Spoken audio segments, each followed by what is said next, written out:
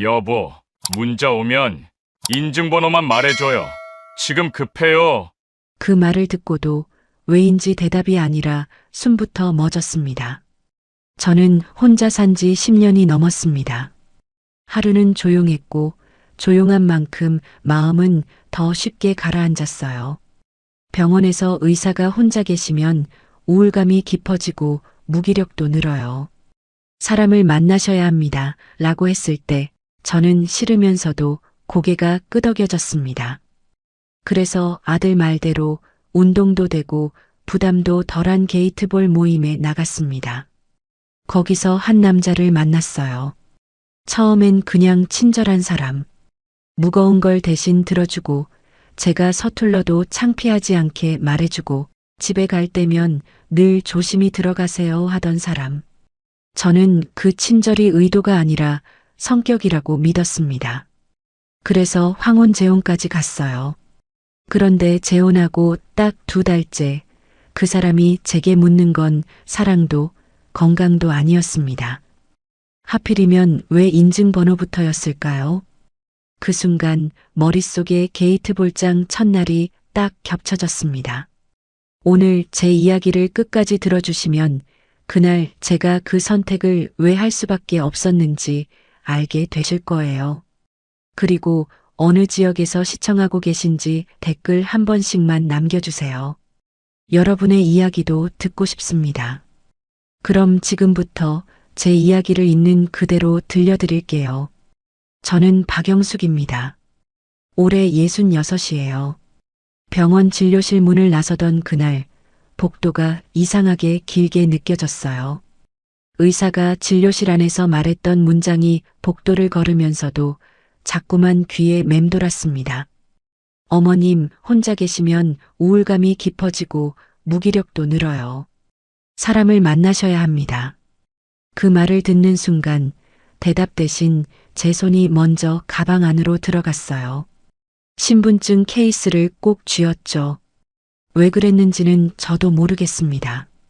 의사 선생님은 제 얼굴을 보면서 약은 드시고 계시죠? 라고 물었어요. 저는 네라고만 답했습니다. 그러고 나서 의사 선생님이 뭔가 더 말하려다가 그냥 처방전만 내밀었어요. 처방전을 받아들고 진료실을 나왔는데 문 손잡이를 잡은 손에 힘이 없었습니다. 복도 끝까지 걸어가는 동안 옆으로 지나가는 사람들이 보였어요. 젊은 부부도 있었고 휠체어 밀고 가는 보호자도 있었습니다. 저는 그 사람들 옆을 지나면서도 시선을 바닥에만 두고 걸었어요. 누가 저를 볼까봐 그랬던 것 같습니다. 접수대를 지나면서 진료 서류 봉투를 받았어요. 봉투를 가슴에 끌어안고 병원 로비를 걸어 나왔습니다. 로비 의자에 앉은 사람들이 보이더라고요.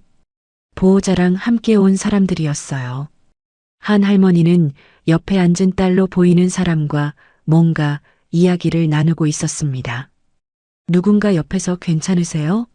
라고 물어주는 그 풍경이 제겐 그냥 먼 나라 이야기처럼 느껴졌어요. 병원 앞 버스 정류장에서 버스를 기다렸습니다. 날씨는 맑았어요. 그런데 햇빛이 따뜻하다는 생각은 들지 않았습니다. 그냥 밝기만 했어요. 버스가 와서 타고 창가 자리에 앉았습니다. 가방을 무릎 위에 올려놓고 봉투를 그 위에 다시 올렸어요. 버스가 출발하고 창밖으로 병원 건물이 멀어지는 게 보였습니다. 집에 도착해서 현관문을 열었어요. 문을 열자마자 집안 공기가 느껴졌습니다. 조용했어요. 아무 소리도 없었죠. 신발을 벗고 거실로 들어가서 소파에 그대로 주저앉았습니다. 가방도 벗지 않았어요. 봉투를 식탁 위에 올려놓고 한참을 가만히 앉아 있었습니다. 창문 밖으로 햇빛이 들어왔지만 집안 공기는 왠지 무거웠어요. 시계 소리가 들렸습니다. 째깍째깍. 평소엔 신경도 안 쓰던 소리였는데 그날따라 크게 들리더라고요. 저는 소파에서 일어나 부엌으로 갔습니다. 냉장고를 열었어요. 안에 김치통 하나, 우유 하나, 반찬통 2개가 있었습니다. 냉장고 문을 닫았어요. 다시 거실로 와서 전화기를 들었습니다. 아들 준호에게 전화를 걸었어요. 신호음이 3번 울리고 나서 준호가 받았습니다. 엄마, 왜요? 준호 목소리가 조금 바빴어요. 저는 준비한 말이 있었던 건 아니었는데 입이 먼저 움직이더라고요. 준호야, 엄마 요즘 가라앉는다. 준호는 잠깐 말이 없었어요. 그러다가 바로 끊어서 말했습니다. 엄마 운동해야 돼. 사람 있는데 나가. 게이트볼 모임 나가봐. 저는 왜 게이트볼이야라고 물으려다가 그냥 그래라는 한마디만 했습니다. 준호가 엄마 진짜 나가야 돼. 집에만 있으면 더 안 좋아라고 한 번 더 말했어요. 저는 알았어라고 답하고 통화를 끊었습니다. 통화를 끊고 나서도 한참 동안 전화기를 손에 쥐고 있었어요. 준호 말이 틀린 건 아니었습니다.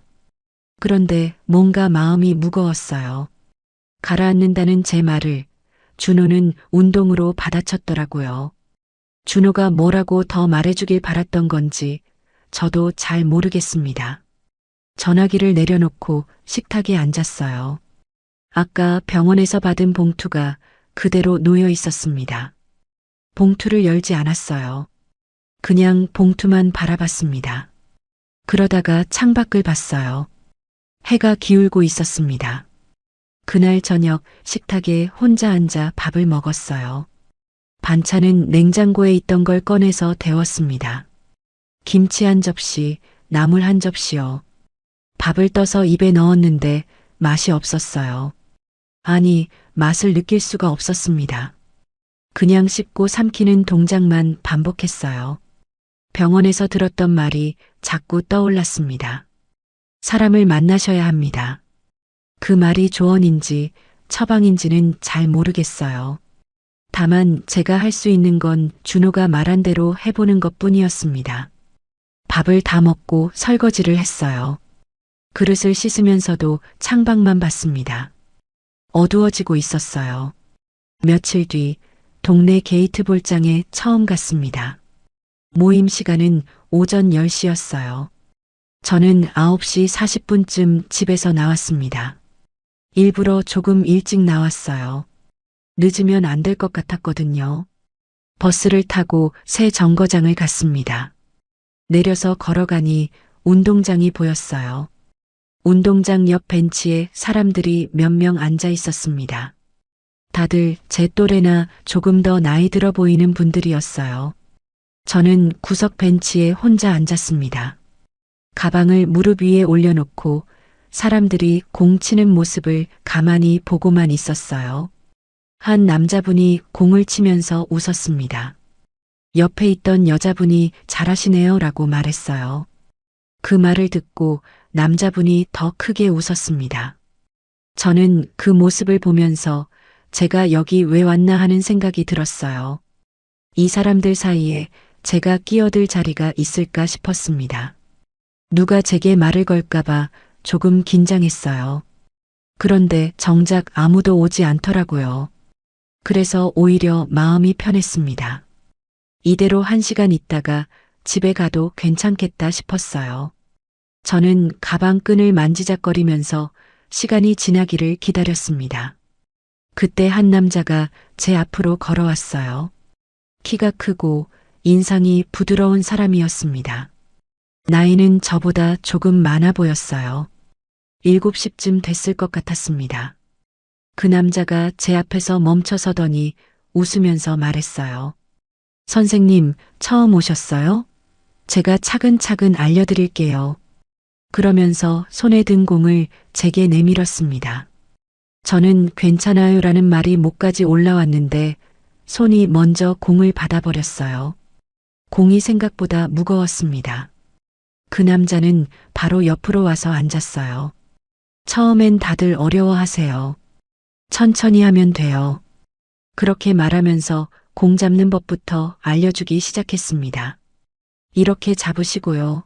손목에 힘은 빼시고요. 남자가 제 손을 살짝 잡아서 자세를 고쳐줬어요. 저는 손을 빼고 싶었는데 그냥 가만히 있었습니다. 네, 이렇게요. 남자가 계속 알려줬어요. 저는 고개만 끄덕였습니다.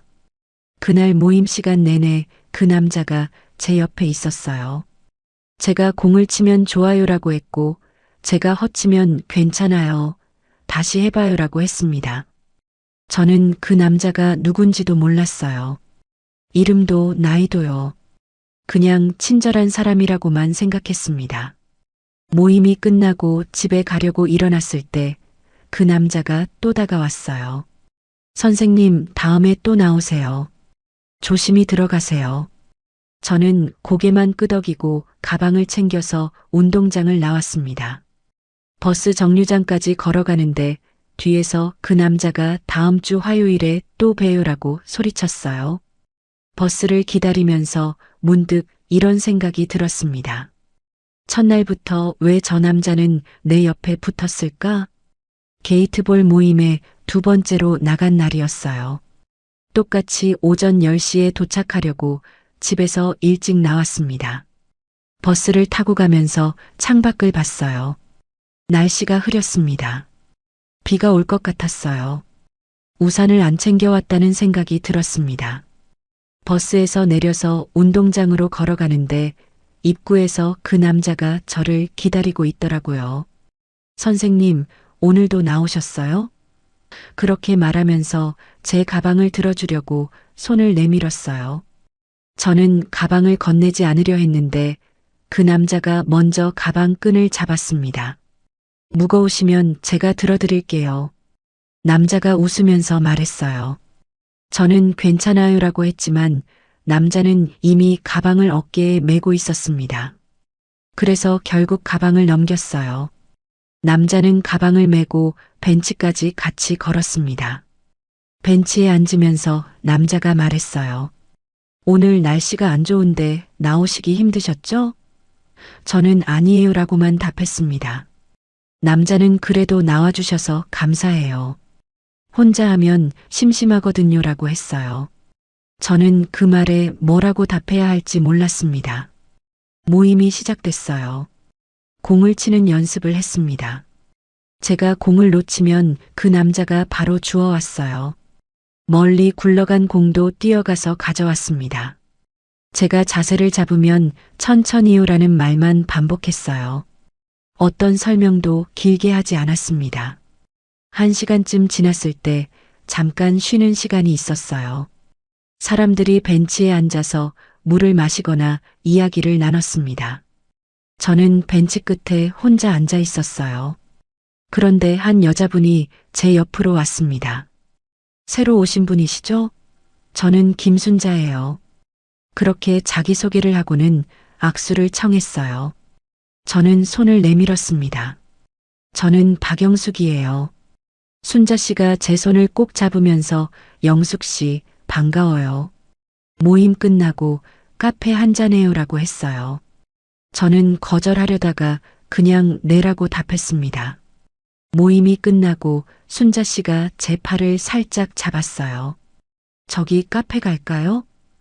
순자 씨가 가리킨 곳은 운동장에서 100m쯤 떨어진 작은 카페였습니다. 저는 순자 씨를 따라갔어요. 걸어가면서 뒤를 돌아봤는데 아까 그 남자가 가방을 정리하면서 이쪽을 보고 있었습니다. 카페에 들어가서 순자 씨가 커피를 사줬어요. 영숙 씨는 아메리카노 괜찮으세요? 저는 네라고 답했습니다. 순자 씨가 카운터에서 주문하는 동안 저는 창가 자리에 앉았어요.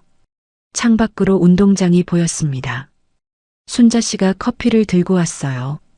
자리에 앉자마자 말했습니다. 영숙 씨, 혼자 있으면 더 가라앉아요. 여기 나오면 좀 낫죠?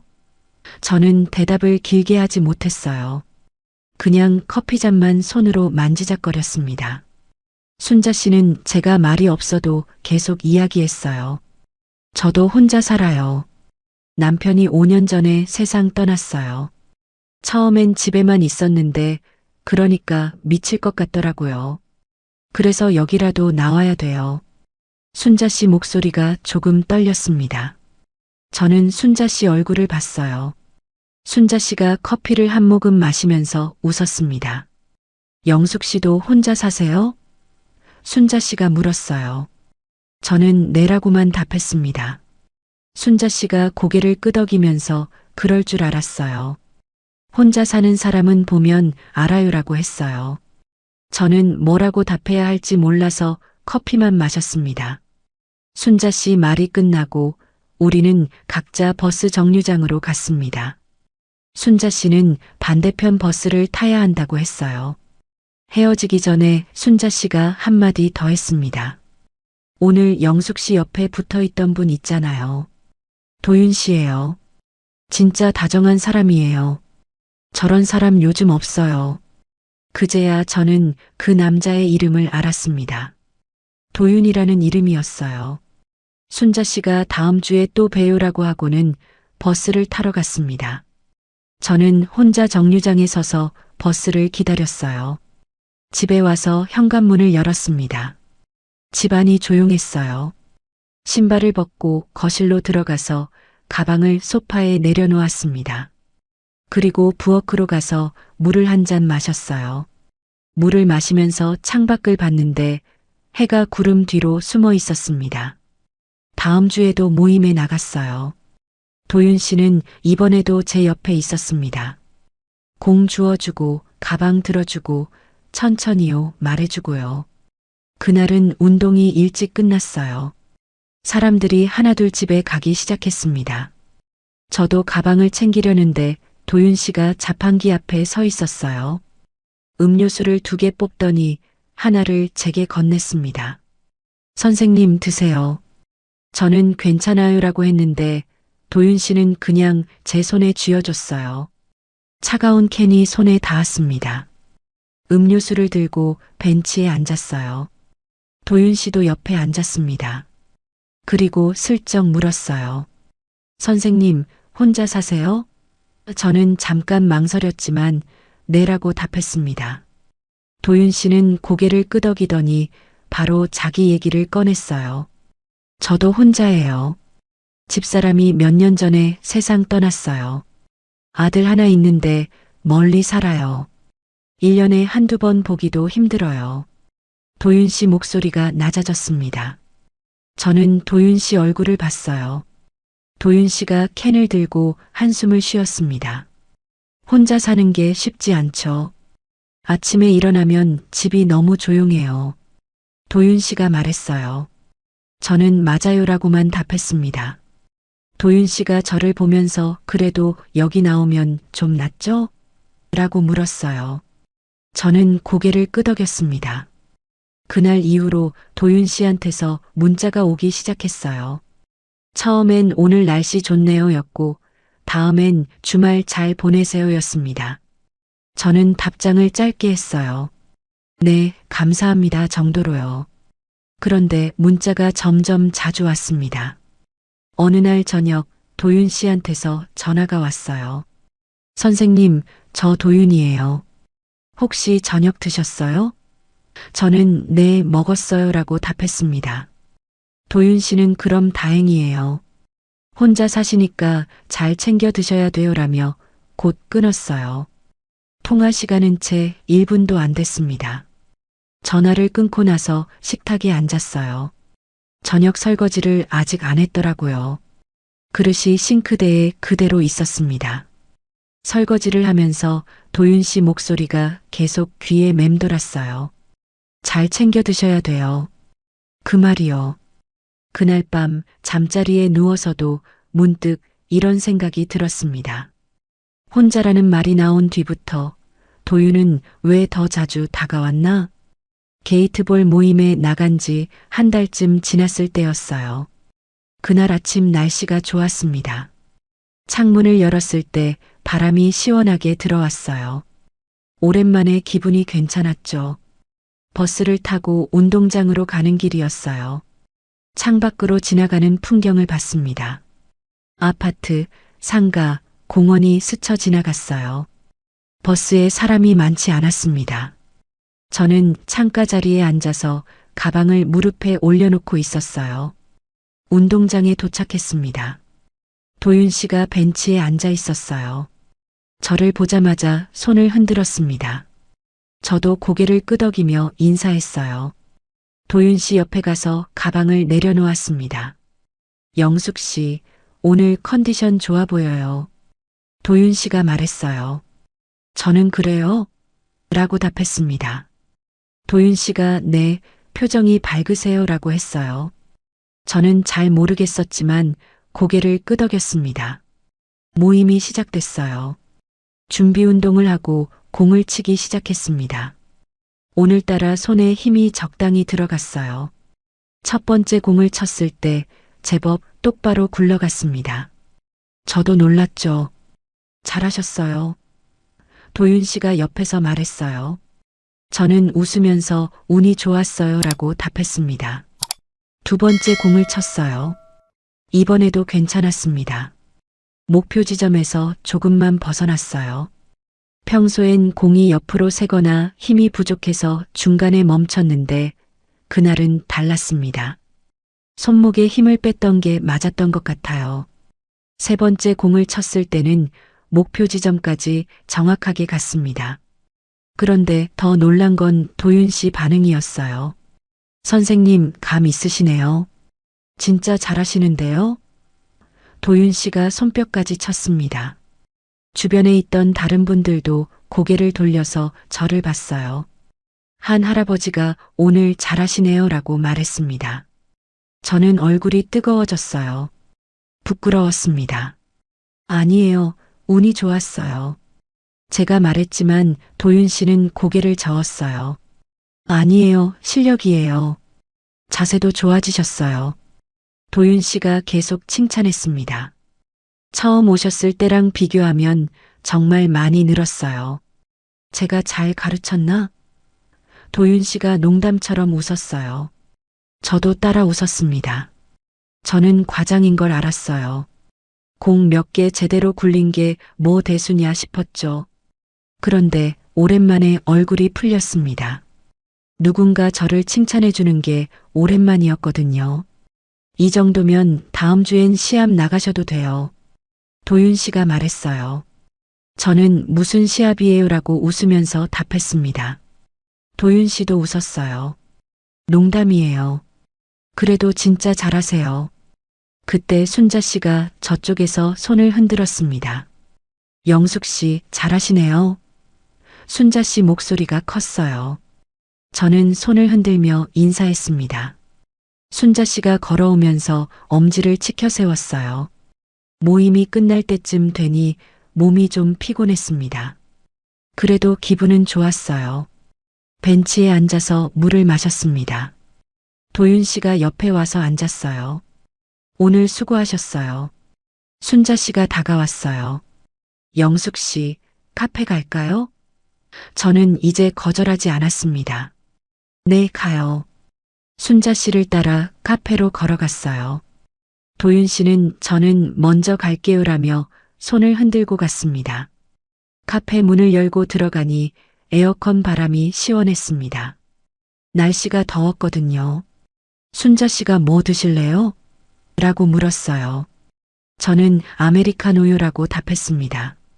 카페에 앉자마자 순자 씨가 말을 꺼냈어요. 영숙 씨, 오늘 도윤 씨 봤죠? 영숙 씨 칭찬하는 거. 저는 네라고만 답했습니다. 순자 씨가 커피를 한 모금 마시고 말을 이었어요. 영숙 씨, 도윤 씨 진짜 다정하지 않아요? 저런 사람이 요즘 어디 있어? 순자 씨가 제 반응을 살폈어요. 저는 그냥 친절한 거예요 라고 답했습니다. 순자 씨는 고개를 저었습니다. 친절이 아니라 관심이에요. 영숙 씨만 몰라요. 도윤 씨가 영숙 씨 볼 때 눈빛이 달라요. 제가 옆에서 보니까 알아요. 순자 씨 목소리가 진지했어요. 저는 커피잔을 들었습니다. 그 말을 듣고 커피를 한 모금 마셨는데 목으로 넘어가는 게 좀 이상했습니다. 뜨거운 건지 차가운 건지 잘 모르겠더라고요. 순자 씨가 계속 말했어요. 영숙 씨, 좋은 사람인데 기회 놓치지 마요. 우리 나이에 이런 인연 쉽지 않아요. 저도 혼자 사는데 이런 사람 만나고 싶어도 못 만나요.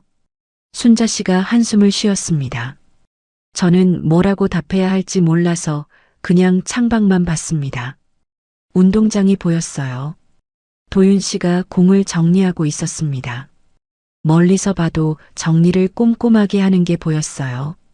생각해 볼게요. 제가 말했습니다. 순자 씨가 그래요.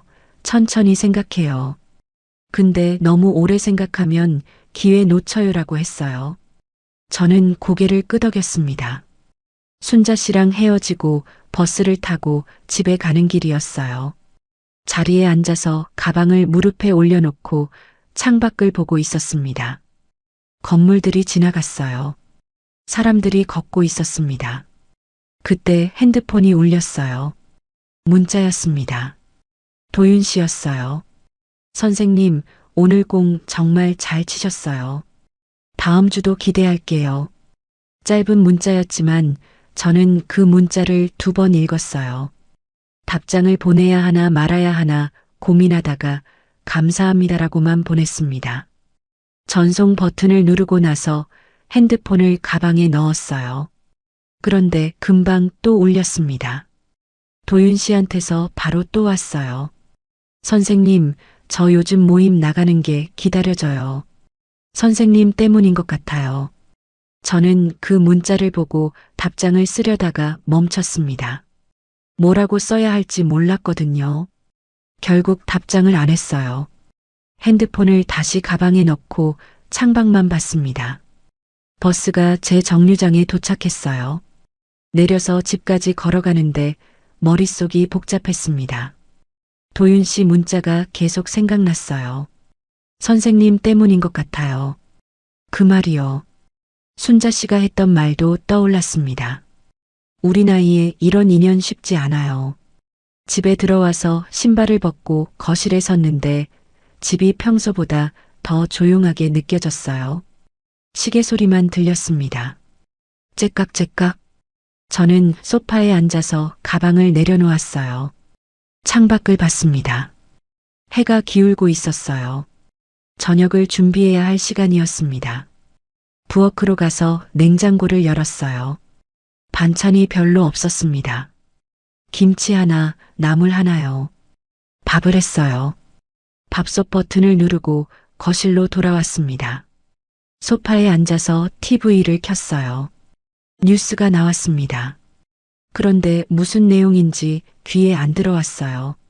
핸드폰을 꺼내서 도윤 씨 문자를 다시 봤습니다. 선생님 때문인 것 같아요. 그 문장을 계속 읽었어요. 3번, 4번 읽었습니다. 그날 밤 잠자리에 누워서도 잠이 오지 않았습니다. 천장만 보고 누워 있었어요. 도윤 씨 얼굴이 떠올랐습니다. 그리고 순자 씨가 했던 말도 생각났어요. 새벽까지 뒤척였습니다. 이불을 덮었다 걷었다 반복했어요. 창밖이 밝아질 때쯤 겨우 잠이 들었습니다. 아침에 일어났을 때 몸이 무겁더라고요. 거울을 보니 얼굴이 푸석했습니다. 세수를 하고 옷을 갈아입었어요. 그런데 그날 도윤 씨한테서 전화가 왔습니다. 핸드폰이 울렸어요. 도윤 씨 이름이 화면에 떴습니다. 전화를 받았어요. 여보세요. 제가 말했습니다. 도윤 씨 목소리가 들렸어요. 선생님, 저 도윤이에요. 혹시 시간 있으세요? 잠깐 만날 수 있을까요? 저는 잠깐 망설였지만 네, 괜찮아요라고 답했습니다.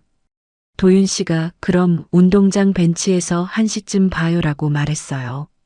저는 알겠어요라고 답하고 전화를 끊었습니다. 1시 10분 전에 운동장에 도착했습니다. 도윤 씨가 벤치에 앉아 있었어요. 저를 보자마자 일어났습니다. 선생님, 와주셔서 고마워요. 벤치에 앉았습니다. 도윤 씨도 옆에 앉았어요. 운동장에 사람이 별로 없었습니다. 조용했어요. 도윤 씨가 말을 꺼냈습니다. 선생님, 저는 혼자 사는 게 익숙해졌다고 생각했어요.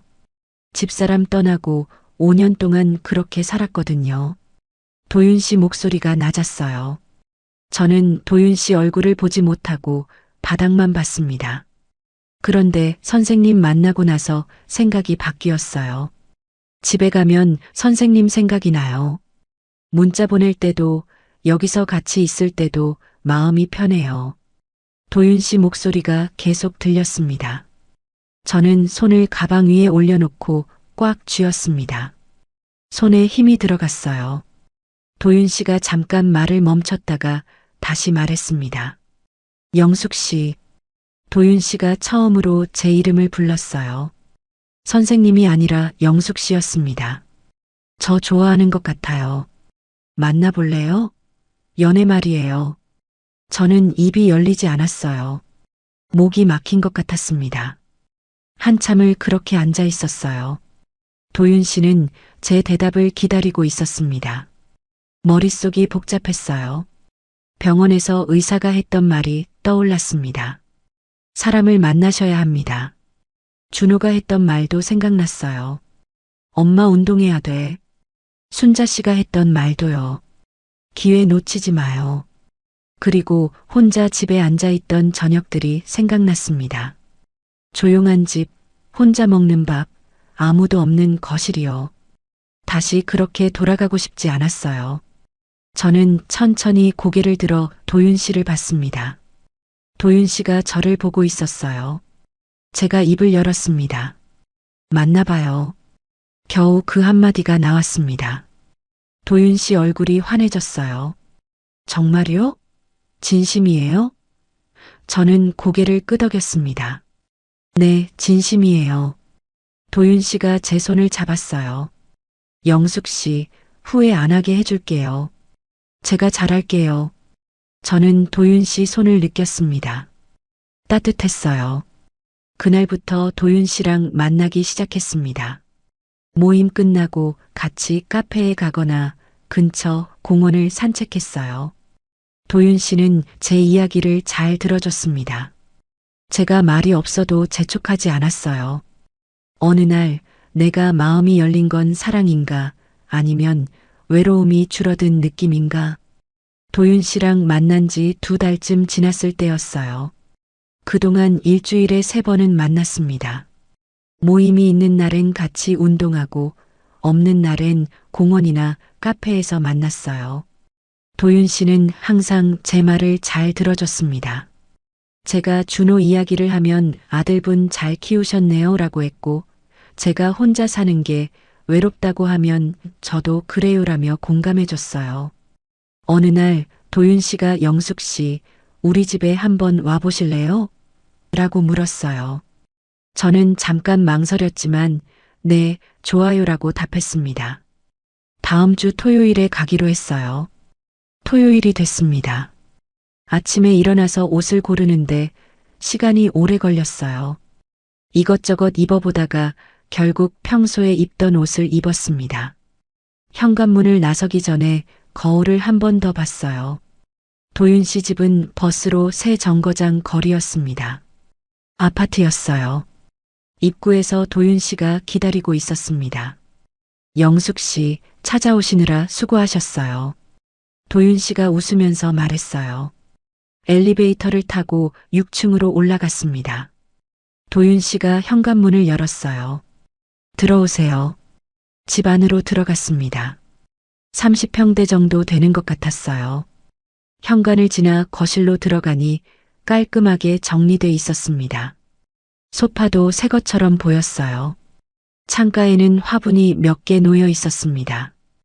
혼자 사시는데 정리를 잘하시네요. 제가 말했어요. 도윤 씨가 습관이에요. 집사람이 깔끔한 걸 좋아했거든요라고 답했습니다. 저는 고개를 끄덕였어요. 소파에 앉았습니다. 도윤 씨가 차 드릴게요라며 부엌으로 갔어요. 잠시 뒤 도윤 씨가 차를 가져왔습니다. 영숙 씨, 녹차 괜찮죠? 저는 네, 좋아해요라고 답했어요. 도윤 씨가 차를 내려놓고 제 옆에 앉았습니다. 차를 마시면서 창밖을 봤어요. 아파트 단지 안이 보였습니다. 아이들이 놀이터에서 놀고 있었어요. 도윤 씨가 여기 살기 좋아요. 조용하고요라고 말했습니다. 한참 이야기를 나누다가 도윤 씨가 말을 꺼냈어요. 영숙 씨, 우리 이제 2달 만났잖아요. 저는 고개를 끄덕였습니다. 도윤 씨가 차를 한 모금 마시고 말을 이었어요.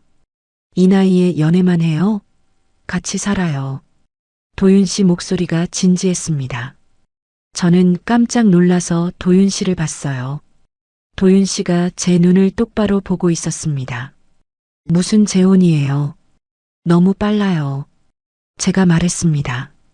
도윤 씨는 왜 안 돼요? 우리 나이에 시간 없어요. 좋은 사람 만났으면 빨리 결정하는 게 맞아요라고 답했어요. 저는 차를 내려놓고 손을 무릎 위에 올렸습니다. 손에 땀이 났어요. 2달밖에 안 만났는데요. 제가 말했습니다. 도윤 씨가 제 손을 잡았어요. 영숙 씨, 우리 혼자 사는 게 얼마나 힘든지 알잖아요. 저도 5년 혼자 살았어요. 같이 살면 서로 의지되고 좋아요. 도윤 씨가 설득했습니다. 저는 대답을 못하고 그냥 앉아 있었어요. 도윤 씨가 천천히 생각해요. 오늘 대답 안 해도 돼요라고 말했습니다. 저는 고개만 끄덕였어요. 그날 집에 돌아와서도 도윤 씨 말이 계속 생각났습니다. 거실 소파에 앉아서 창밖을 봤어요. 해가 지고 있었습니다. 혼자로 돌아갈까봐 겁이 났어요. 다시 그 조용한 집으로 아무도 없는 저녁으로 돌아가는 게 두려웠습니다. 병원 의사 선생님이 했던 말이 떠올랐어요. 사람을 만나셔야 합니다. 며칠이 지났습니다. 그동안 도윤 씨한테서 문자가 왔어요. 영숙 씨, 급하게 말해서 미안해요. 천천히 생각하세요. 저는 답장을 짧게 했습니다. 네, 생각해 볼게요. 일주일쯤 지났을 때 아들 준호에게 전화를 걸었습니다. 신호음이 길게 울렸어요. 준호가 받았습니다. 엄마, 무슨 일이에요? 저는 한참을 말을 못하다가 조심스럽게 물었어요. 준호야, 엄마가 다시 시작해도 될까? 제가 말했습니다. 전화 너머로 잠깐 침묵이 흘렀어요. 준호가 물었습니다. 누구세요? 어떤 분이에요? 저는 도윤 씨에 대해 간단히 말했어요. 게이트볼 모임에서 만났고 친절한 사람이고 2달 만났다고요. 준호는 조용히 듣고 있었습니다. 엄마가 괜찮으면 엄마 마음이 우선이지. 준호가 말했어요. 저는 그래라고만 답했습니다. 준호 목소리가 짧아졌더라고요. 엄마, 행복하면 돼. 나는 괜찮아.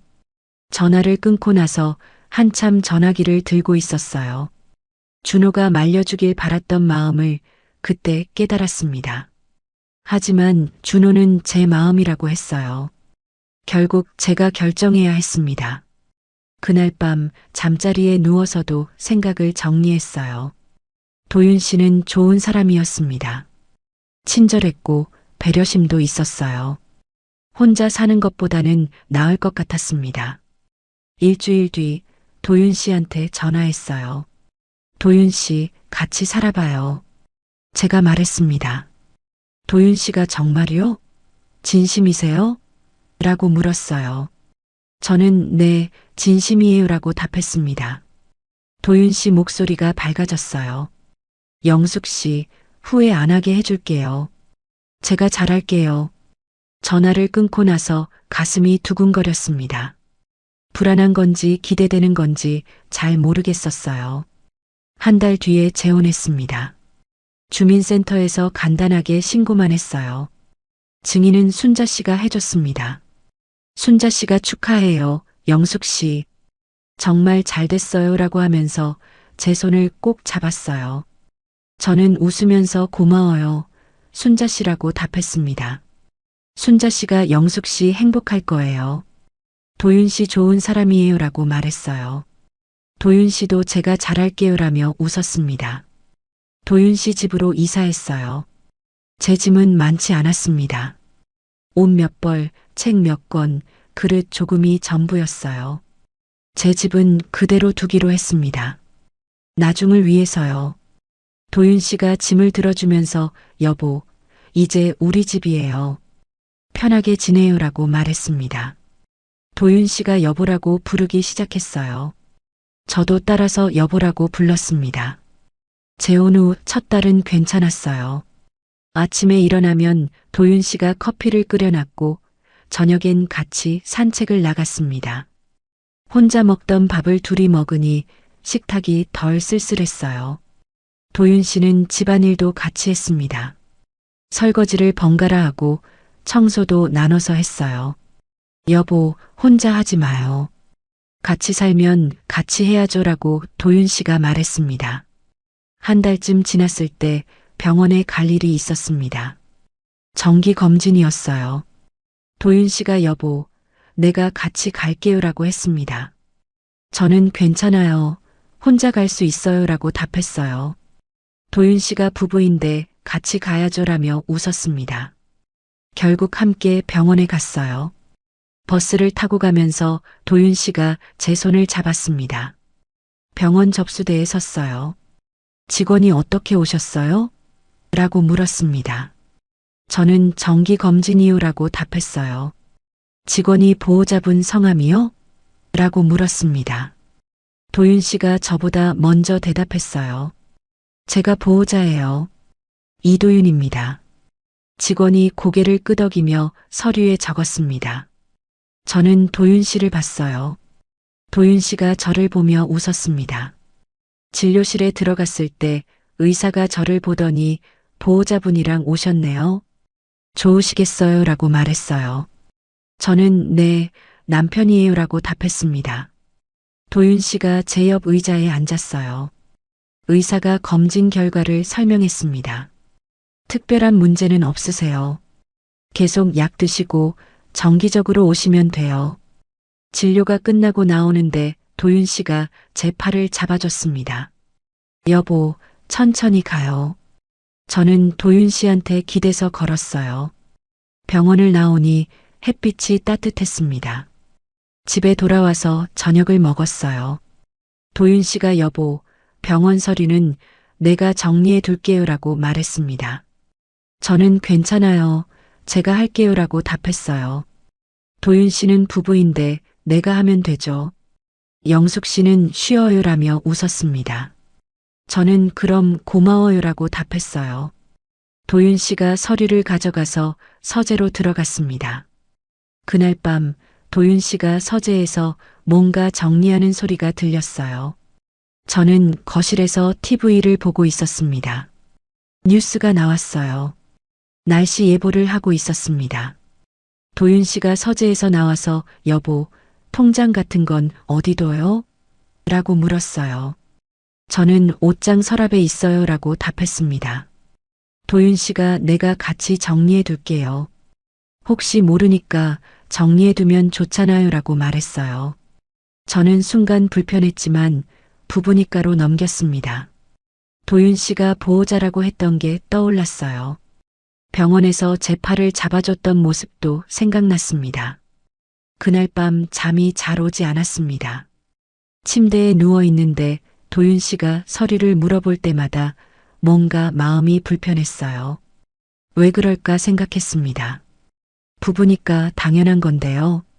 다음 날 아침 도윤 씨가 여보, 카드 비밀번호 뭐예요? 라고 물었어요. 저는 왜요? 라고 물었습니다. 도윤 씨가 아니, 혹시 급할 때 있으면 좋잖아요 라고 답했어요. 저는 필요 없어요.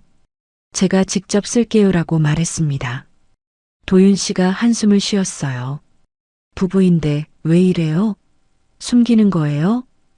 도윤 씨 목소리가 높아졌습니다. 저는 숨기는 게 아니라 필요 없어서요 라고 답했어요. 도윤 씨는 더 이상 말하지 않고 밖으로 나갔습니다. 문 닫는 소리가 컸어요.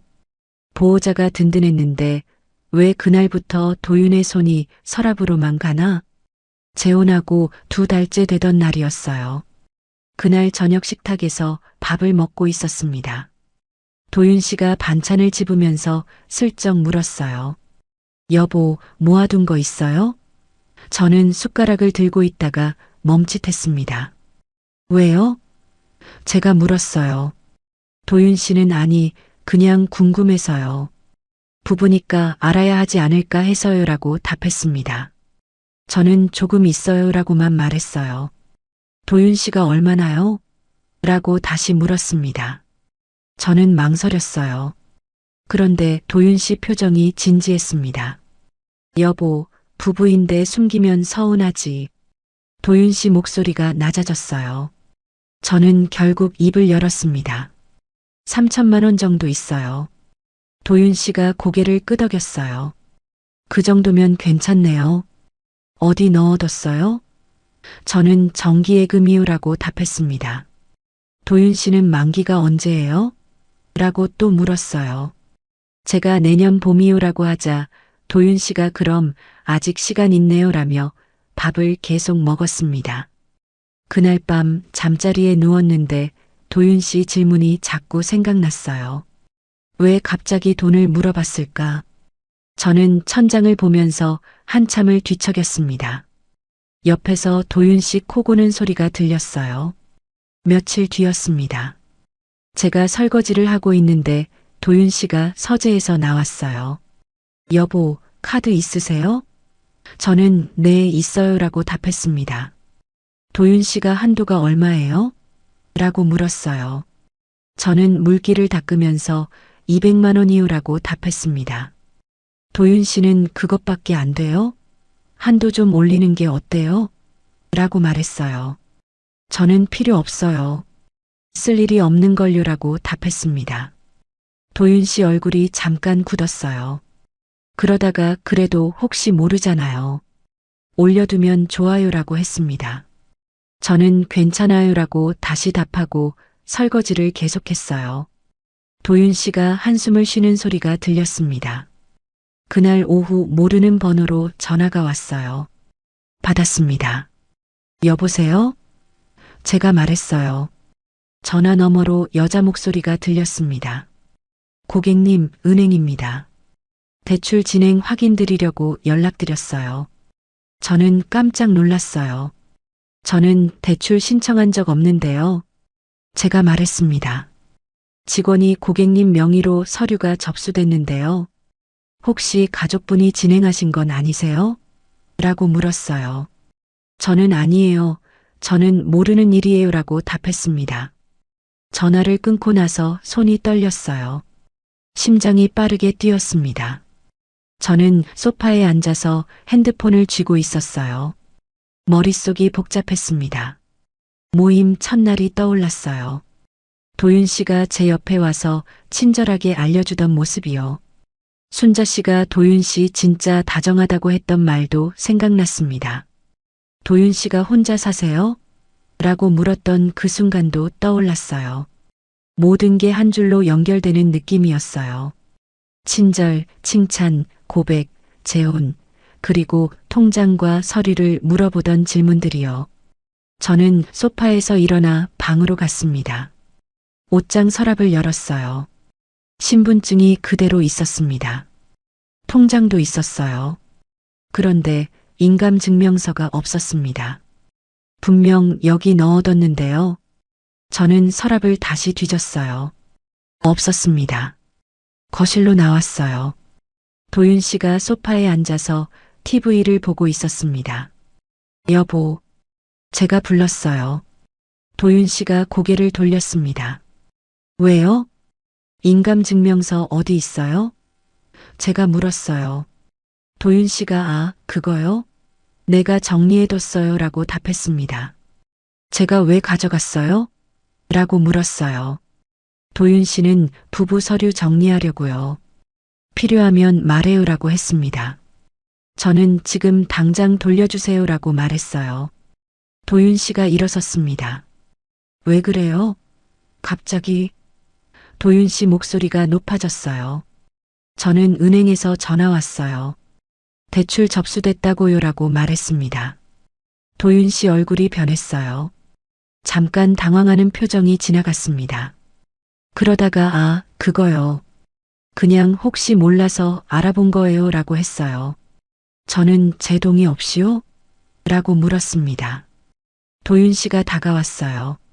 여보, 우리 부부잖아요. 조금 빌려도 돼요. 금방 갚을 거예요. 저는 뒤로 물러섰습니다. 무슨 돈이 필요한데요?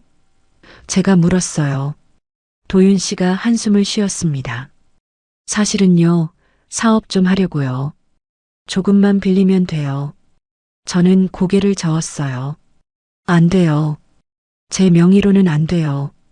도윤 씨 표정이 굳었어요. 당신이 이래요? 부부인데? 도윤 씨 입에서 당신이라는 말이 나왔습니다.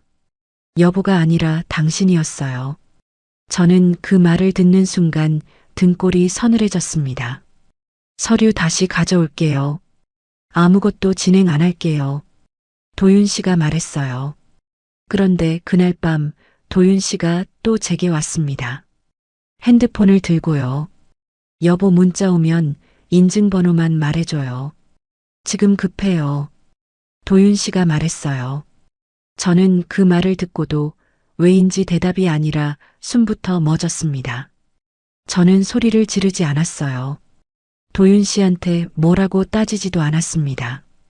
그냥 방으로 들어가서 가방을 챙겼어요. 신분증, 통장, 휴대폰만 넣었습니다.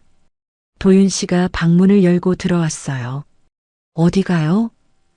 제가 집에 가요라고 답했습니다.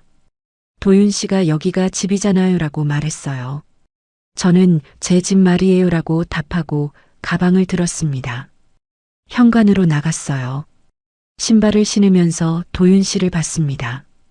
도윤 씨가 현관에 서서 저를 보고 있었어요. 영숙 씨, 오해해요. 이야기해봐요. 도윤 씨가 말했지만 저는 문을 열었습니다.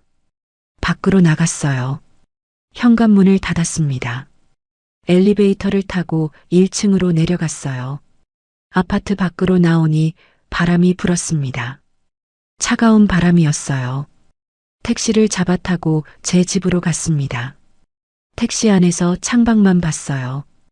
불빛들이 지나갔습니다. 운전기사가 손님 괜찮으세요? 라고 물었지만 저는 대답하지 않았어요. 지금 당장 내가 먼저 해야 할 건 뭐지? 사람을 끊는 거? 아니면 서류를 막는 거? 제 집 현관문을 열었어요. 오랜만에 돌아온 집이었습니다.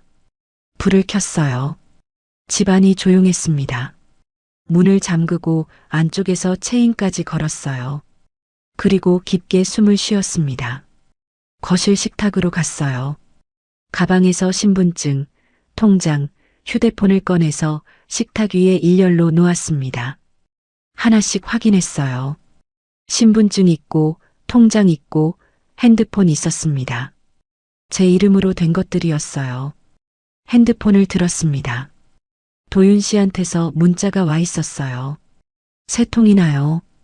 영숙 씨, 집에 와요. 이야기 좀 해요. 오해해요. 저는 문자를 읽고 바로 차단했습니다.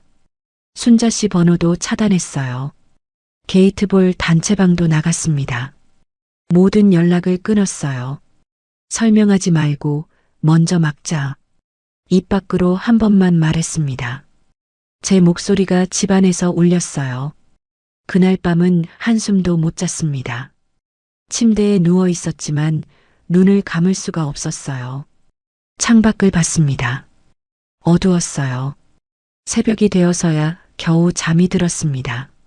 아침에 일어나자마자 은행으로 갔어요. 문을 열자마자 창구로 걸어갔습니다. 직원이 어떻게 오셨어요? 라고 물었어요. 저는 본인 확인 절차 정리하러 왔어요. 라고 답했습니다. 상담실로 안내받았어요. 직원이 물었습니다. 어떤 걸 도와드릴까요? 저는 제 명의로 진행되는 모든 거래는 본인 확인 없이는 안 되게 해주세요라고 말했어요. 직원이 서류를 꺼냈습니다. 본인 진행 맞으시죠? 저는 네. 제가 직접 합니다라고 답했어요. 본인 인증 수단을 제 핸드폰으로만 설정했습니다. 연락처도 다시 등록했어요. 대리 권한도 취소해 주세요. 제가 말했습니다. 직원이 배우자분도요? 라고 물었어요.